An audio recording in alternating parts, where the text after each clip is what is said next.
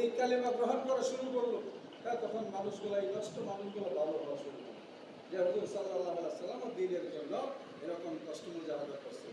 যে নবীর শরীরে মশা মাছি হওয়া নিষেধ ছিল, সেই শরীর থেকে হুজুর সাল্লাল্লাহু আলাইহি ওয়াসাল্লামের শরীর থেকে একমাত্র রক্ত মুবারক প্রবাহিত হয়েছে দ্বীনের জন্য। হুজুর সাল্লাল্লাহু আলাইহি ওয়াসাল্লাম এত কষ্ট করছেন যে সমস্ত নবী আম্বিয়া আলাইহিস সালামের কষ্ট যদি একত্রিত করা হয় আর আমাদের নবীর কষ্ট যদি একত্রিত করা হয়, তাহলে হুজুর সাল্লাল্লাহু আলাইহি ওয়াসাল্লামের কষ্ট বেশি হবে। যে হুজুর সাল্লাল্লাহু আলাইহি ওয়াসাল্লাম দিনের জন্য এত কষ্ট মুজাহাদা করছেন। হুজুর সাল্লাল্লাহু আলাইহি ওয়াসাল্লাম দিনের জন্য এই কষ্ট মুজাহাদা করছেন। হুজুর সাল্লাল্লাহু আলাইহি ওয়াসাল্লাম যখন চিন্তা করলেন যে আমার এই জায়গা থেকে হইতেছে না, তাহলে তায়েব হুজুর সাল্লাল্লাহু আলাইহি ওয়াসাল্লাম মামার দেশ ওখানে গেলেন। যে নবী ওখানে ভাবলেন যে মামার লোকজন হয়তো কথা মানবে, যে তায়েবে বড় বড় শ্রেণীর লোকদেরকে দাওয়াত দেওয়া হইল। তারা এরকম ভাবে এক একজন এক এক ধরনের মন্তব্য করল।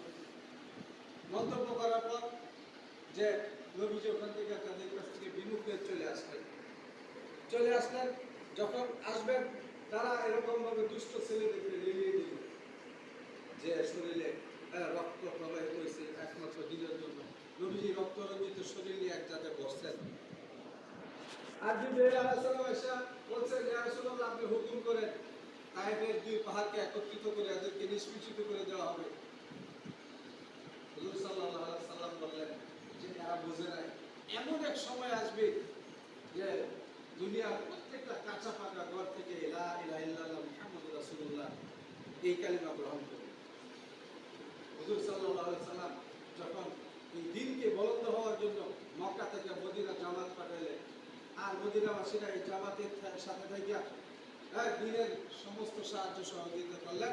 আল্লাহ তাআলা মদিনাকে দিন জিন্দা চমকায় দিলেন, আর মদিনাকে বলা হয় সোনার মদিনা। হুজুর সাল্লাল্লাহু আলাইহি সাল্লাম যে জামাত নিয়ে গেছিল, জামাতের সাথে যারা ছিল তারা দিনের সাথে এরকম ভাবে সম্পৃক্ত হয়েছে কিয়ামত পর্যন্ত তাদের নাম শুনলে রাদিয়াল্লাহু তাআলা আনহু বলতেন যে আল্লাহ তাআলা তাদের উপর রাজি খুশি কেন হয়েছে? দিনকে সাহায্য করার জন্য। আমরা আছি কিছু সাধারণ মানুষ, এখানে ব্যবসায়ী আছে, ছাত্র আছে। ইনশাআল্লাহ আমরা আপনাদের সাথে থেকে এই এলাকায় নবীউল্লাহ কাজকে জিন্দা করার নিয়তে প্রত্যেক ঘরে ঘরে যারা নামাজ পড়ে না তাদেরকে আমরা দাওয়াত দিব। মসজিদে এসে নামাজ পড়ার তৌফিক আল্লাহ তাআলার হাতে। আমরা চেষ্টা করব যেরকম এক হাত সারাদিন এরকম করলে শব্দ হবে না, দুই হাত একত্রিত করলে তৃতীয় একটা জিনিস শব্দ তৈরি হয়েছে, তাই না? আনসার সাহাবীরা তারা পরামর্শ করলো যে চলো আমরা নবীর কাছে যে আগে বলি যে উনি আমাদের জন্য দোয়া করবে, একটা পানির ফোয়ারা হবে, আর এই পানির ফোয়ারা থেকে আমরা ফসলের মধ্যে পানি দিব, সেচ দিব, তাহলে আমাদের ফসল বেশি হবে। আর আল্লাহ তাআলা নবীকে জানালেন, দোস্তু আপনার আনসার সাহাবীরা আসতেছে, যে তারা যা চাবে আল্লাহ তাআলা তাই দিবে। যখন আনসার সাহাবীরা আসলো, নবীজি জানালেন, আনসার সাহাবী তোমাদের জন্য খুশখবরি, আল্লাহ তাআলা বলছেন তোমরা যা চাইবে আল্লাহ তাআলা তাই দিবে। তাই দে, তাহলে এই পানি আমরা যতদিন দূরে থাকবো ততদিন আমাদের কাজে আসবে। যদি মারা যায় তাহলে এই পানি আমাদের কাজে আসবে না। চলো আমরা এমন এক জিনিস চাইবো যে জিনিস আমাদের দুনিয়া আখিরাতে কাজে লাগবে।